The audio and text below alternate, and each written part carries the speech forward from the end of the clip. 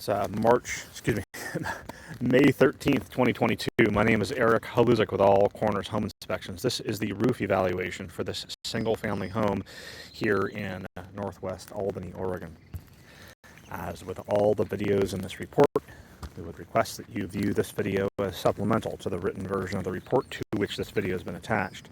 At the time of inspection, there are a number of minor to moderate reportable challenges with this single-family home's gable-style roof. We'll do our best to detail those challenges here in a moment. Need to make two notes before I dive into those findings, though. The first is that an Oregon home inspection does not include a roof warranty, meaning we make no claims as to this roof's ability to keep water out of the ceiling voids and attic spaces for the living space below. And we would highly recommend, no matter how old a roof is, even if it's brand new, budgeting a certain number of dollars for both evaluations as well as maintenance of a roof line.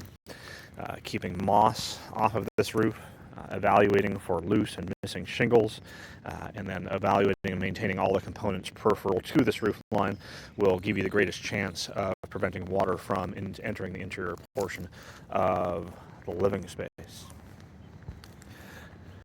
First challenge that we'll note is that there's debris in the gutters at every orientation. There's standing water at the front and rear portions of the left-hand side of the roof line. So at this orientation of the roof line, at the rear portion of the roof line, we're making note of standing water in both gutters. That may seem like a fairly minor issue, but if water accumulates in that gutter and doesn't really have an opportunity to leave, then that water is going to run onto the fascia board and possibly into the soffit areas for the space directly adjacent to the gutters. The chimney is in moderate condition, in need of maintenance. The tuck points, those are the areas of mortar in between the bricks, are in sort of moderate condition. There's spalling or delamination of a single, well, maybe two bricks here, one there and one there at the front-facing portion of the chimney. The cap is in need of sealing at the point where the edge of this cap reaches the brickwork. So if water hits the top of the cap, it'll have a tendency to run down the side, and then it'll actually accumulate in between this brickwork and the cap. And especially in a freeze-thaw event, any water accumulating here is going to expand and crack this already relatively fragile but critical component of this chimney stack. Finally, there is a framing component called a cricket.